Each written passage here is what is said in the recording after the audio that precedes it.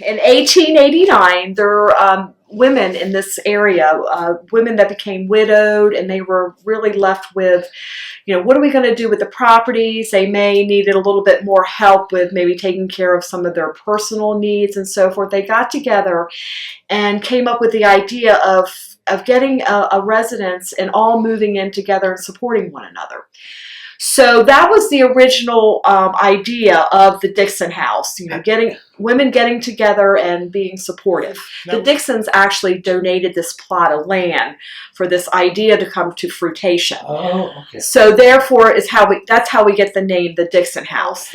What always amazes me is the Dixon House is located here on the corner of North Street, and then across the street was the old orphanage, I was told.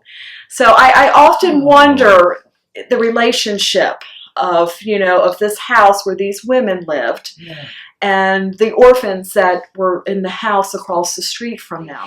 1903, the first lady actually moved into the Dixon House. We had the first resident. She moved in. Later on, other ladies joined her. And they lived here. They did all their own cooking, all their own yard work. They took care of the whole house.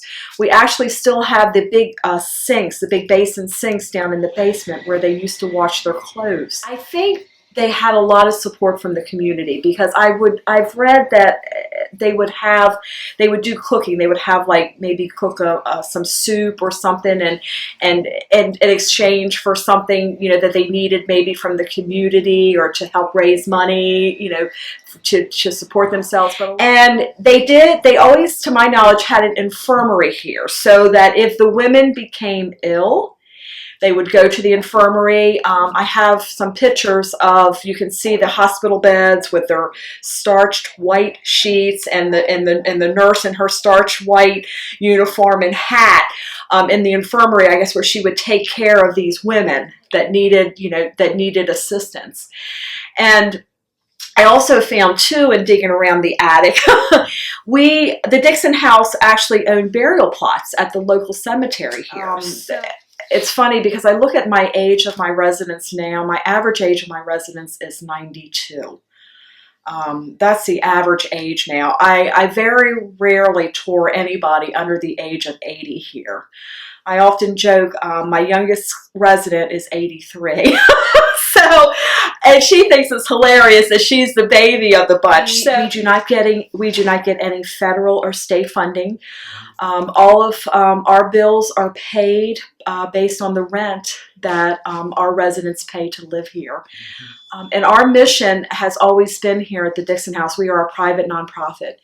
Our mission has always been to provide high quality care at affordable prices. And I look at the residents that live here and that we provide care for.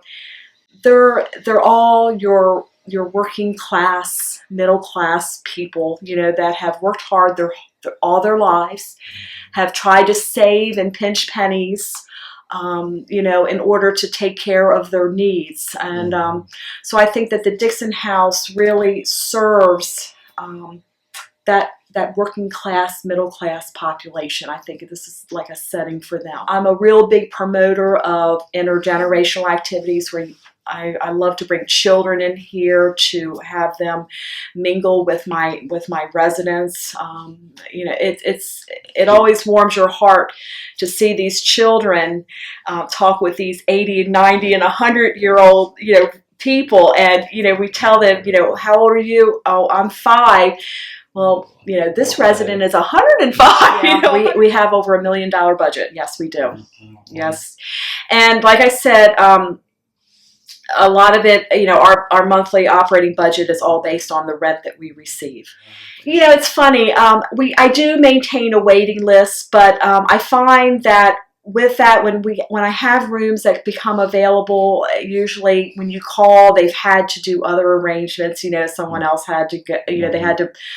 Either they were placed somewhere else, or so a lot of times it's like I said, when a lot of people come in my door, it's like I need it now, more or less. But I do have a waiting list. Like I said, I do have these people that are coming in that are planners.